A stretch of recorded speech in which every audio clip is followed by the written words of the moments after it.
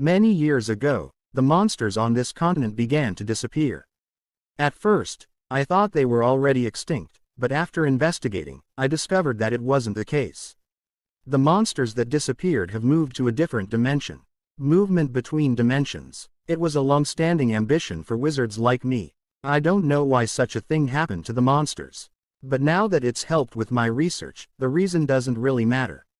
I'm done setting up the coordinates. And the magic spell is connected too. With my magic wand, which was crafted over a long period of time, I opened my arms toward the ceiling. I'm lucky to be able to use this dungeon called the Great Labyrinth. Once I use my magic spell here, moving between the dimensions won't be a difficult task. Let's go. When I shouted out loud and activated my spell, the surroundings turned blue. It was like the phenomenon seen just before the monsters were transported to the other dimension. I closed my eyes as I confirmed that my research was correct. I believe that I'll be in a different dimension once I open my eyes. However, the surrounding area remained quiet as time passed. Feeling the chilly wind pass by the sleeves of my shirt, I slightly opened my closed eyes. When I re-examined my surroundings, only an empty field was seen, not dungeons. What could this mean? It didn't take long for me to realize. Could it be, is this dungeon dimension deserted? At the same time, the wizard was not the only one who felt absurd. Hunter Kong Ji-hyuk arrived home and checked his attic. He lost his words as he saw the result of the actions of the wizard who failed to move dimensions. What the FK is this? A labyrinth that he thought could only be seen in movies. Anyone would be surprised to find such a thing inside their attic. The dawn wind was cold. It's not yet winter though, as it was only October. The dawn where the sun was yet to rise was cool enough to bring out white breath. Olympic Park, first gymnasium in Songpa-gu, Seoul. Despite the cold weather, there were many people lined up in front. They lined up at dawn just so they could see their favorite celebrities. Kong Jin-hyuk was in a sales booth right next to the place, and he was transporting water bottles for business. On his way to the truck, he saw a packed line in front of the gymnasium. He stopped in his tracks and admired the sight. He was envious that people could be immersed in such things. As Kong Jin-hyuk stood in place for some moments, someone bumped into him.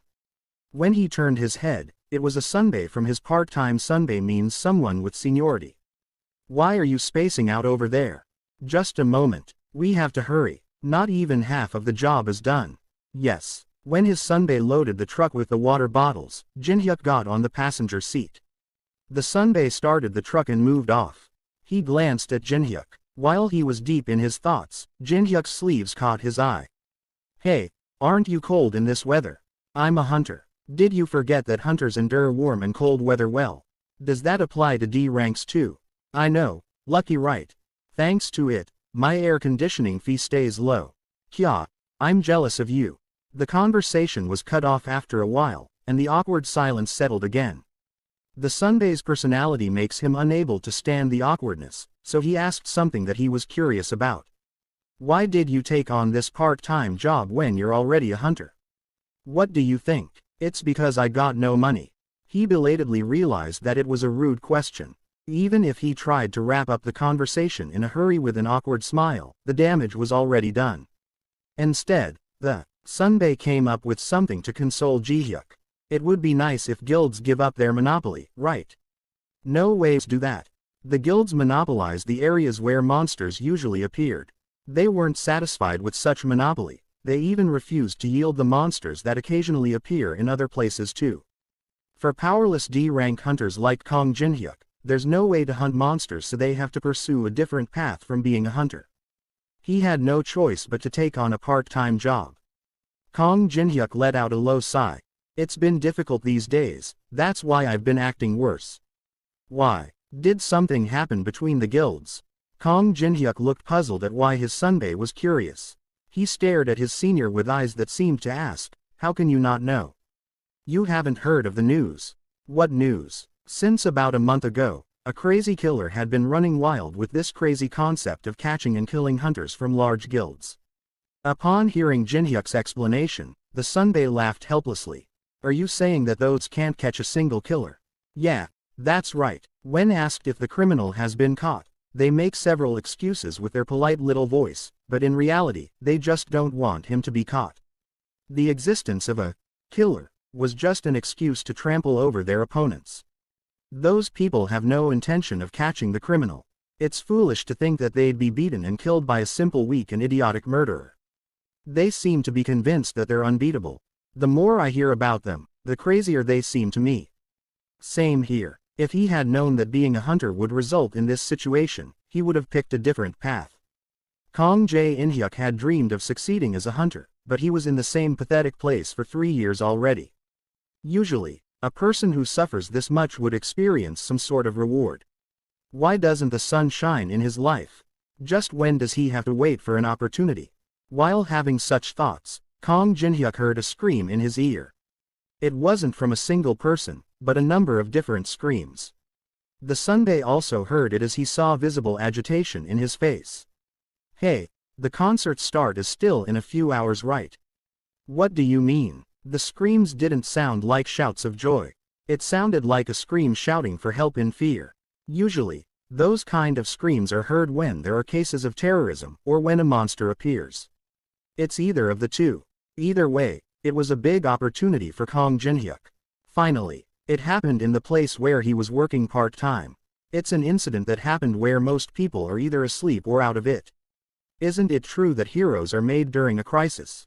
Kong Jinhyuk felt that his opportunity had come. He took out the aluminum bat from the worn-out inventory that he carries around in case things like this happen. Sunbae, go run away. What about you? Don't tell me you're going over there. Of course I am. Alone. It's easier to make money if I'm alone. Even if other hunters arrive at the area, they'd only compete among themselves.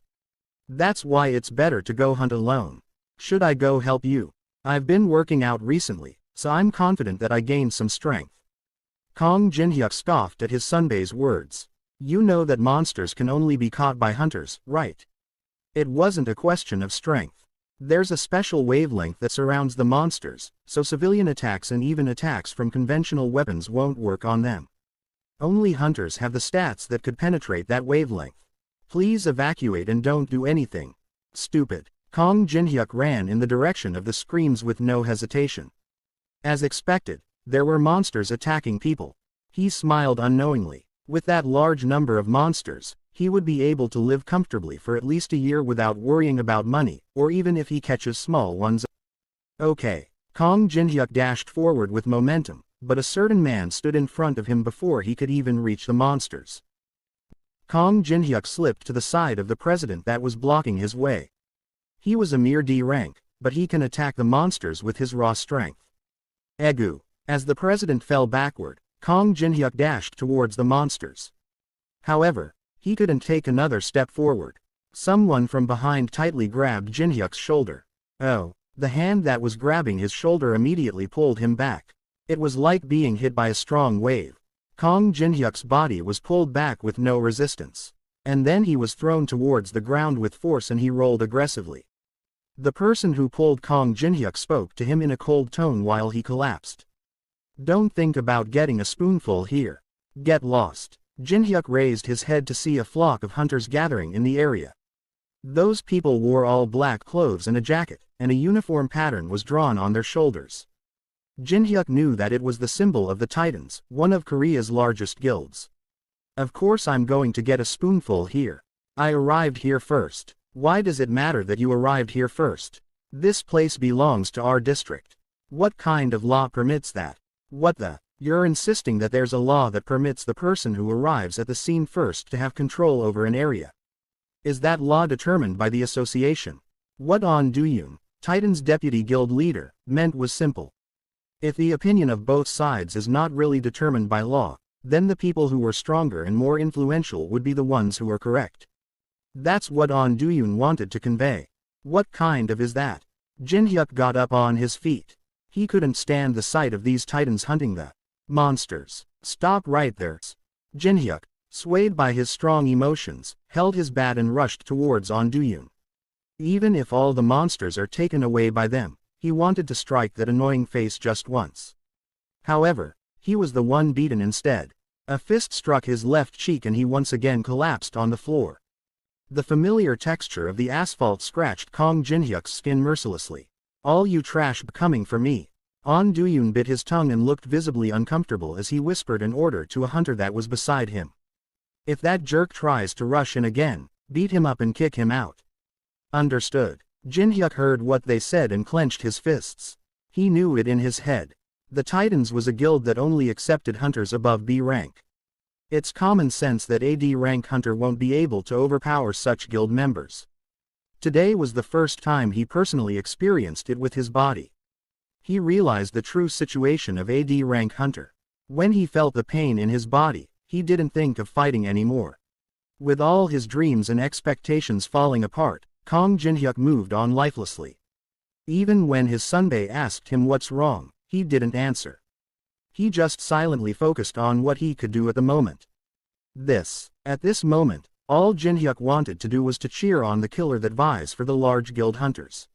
Even if he knew that it was morally wrong, it was the only way for the D-rank hunter to console himself. However, he needs more than 30 million won to do something. But all Kong Jinhyuk had was his earnings for today. It's a tight life to live from paycheck to paycheck. It's almost impossible for him to save up 30 million won. When he arrived home, he could only let out a swear word that sounded like a sigh.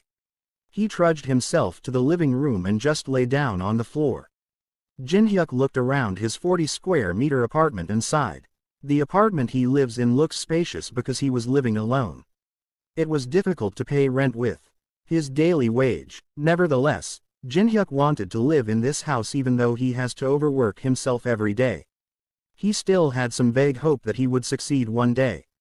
But that hope disappeared today. He could never succeed as a D-rank hunter. Not when he doesn't have any capital. I should just leave this apartment this month. I should go live in a place that's more suitable for my situation. That's what Jinhyuk thought. It's only realistic to quit being a hunter and just slowly save money to find a better job. Sigh. Jinhyuk made a decision, but he felt even more depressed because it wasn't what he wanted for himself. His frustration grew as time went by. Right then, he heard something drop in his attic. What is that? Did the stacked items fall off up there? Kong Jinhyuk hurriedly stood up and opened the door to the attic. Oh. He lost his words when he saw what was inside his attic. There were stone walls, just like in games or movies, intricately intertwined to form some sort of labyrinth. He had no idea why such a thing would appear in his attic. When he approached to take a closer look, he was shaken as a goblin suddenly appeared in front of him. He was so surprised that he fell backward and toppled over the items that were stacked in his attic. During all that, the goblin's attention wasn't on Jinhyuk. The goblin continued towards him. The same was true for the other goblins behind the first one. Among all the goblins, none of them were looking directly at Jinhyuk. Could it be, they can't see me? It seems like he can see inside the labyrinth, but those inside the labyrinth couldn't see him. He carefully tried to pass his hand through. And it did. He didn't feel any resistance. He pulled out his hand and burst into laughter. The labyrinth had monsters inside. Kong Jinhyuk knew exactly what it meant for him. A dungeon appeared in my attic. Kong Jinhyuk closed his attic door and proceeded to his living room. He sat in a chair and looked like he was deep in his thoughts. Anyway, it's impossible to know why or how a dungeon randomly appeared in his attic. The matter that he was thinking about now was, how do I deal with this labyrinth? The most realistic and safe move was to report this matter to the association. But there's no way Kong Jinhyuk would choose to do that. According to the manual, that decision would obviously be the best. But that was a matter of the association's policies. And it was the worst thing to do if Kong Jinhyuk was to take into consideration his own interests. If the association finds out the truth, I'd be kicked out right away. Although monsters always existed in this world, the matter of dungeons was new and had never been discovered. If the association finds out about the dungeon, they'd order an investigation immediately. The investigation would be launched with only the elite hunters dispatched by the association, and Kong Jinhyuk, a D-rank hunter, would be banned from accessing it. Kong Jinhyuk would receive only a few rewards in return. Do they think I'm crazy that I'll just give this up like nothing? Even though it's a house that he rents monthly with his wage, this place was Jinhyuk's home and that attic is his property as well. However, there's a way that he can prevent that from happening. Kong Jinhyuk remembered today's events with the Titans. They didn't spare even a single monster, and those people in the association belong in the same category as them. The association is responsible for this since they were the ones who neglected the tyranny of the large guilds. He's going to turn over the dungeon to such people. Just imagining it made his blood boil. If it's possible, Kong Jinhyuk wanted to make the dungeon exclusively for himself. However, for that to happen, he has to verify something first. Those monsters, they're unable to cross over here, right?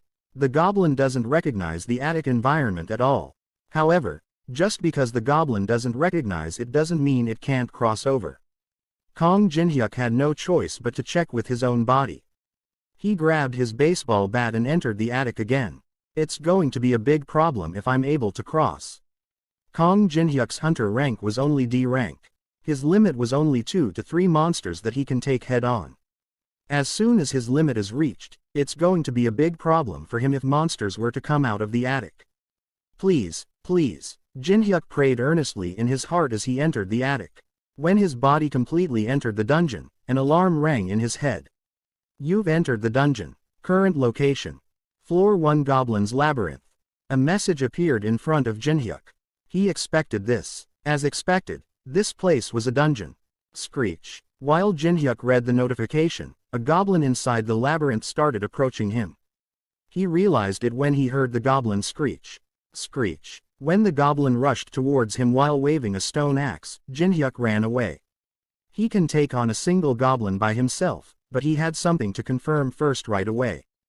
Kong Jinhyuk hurriedly exited the dungeon and arrived back to his attic, which left the goblin puzzled. Then, the goblin stood on the boundary between the attic and the dungeon and waved his stone axe. The place which the goblin hit made a sound as if there was a transparent wall. Not only can the goblin not see through, he can't come here as well.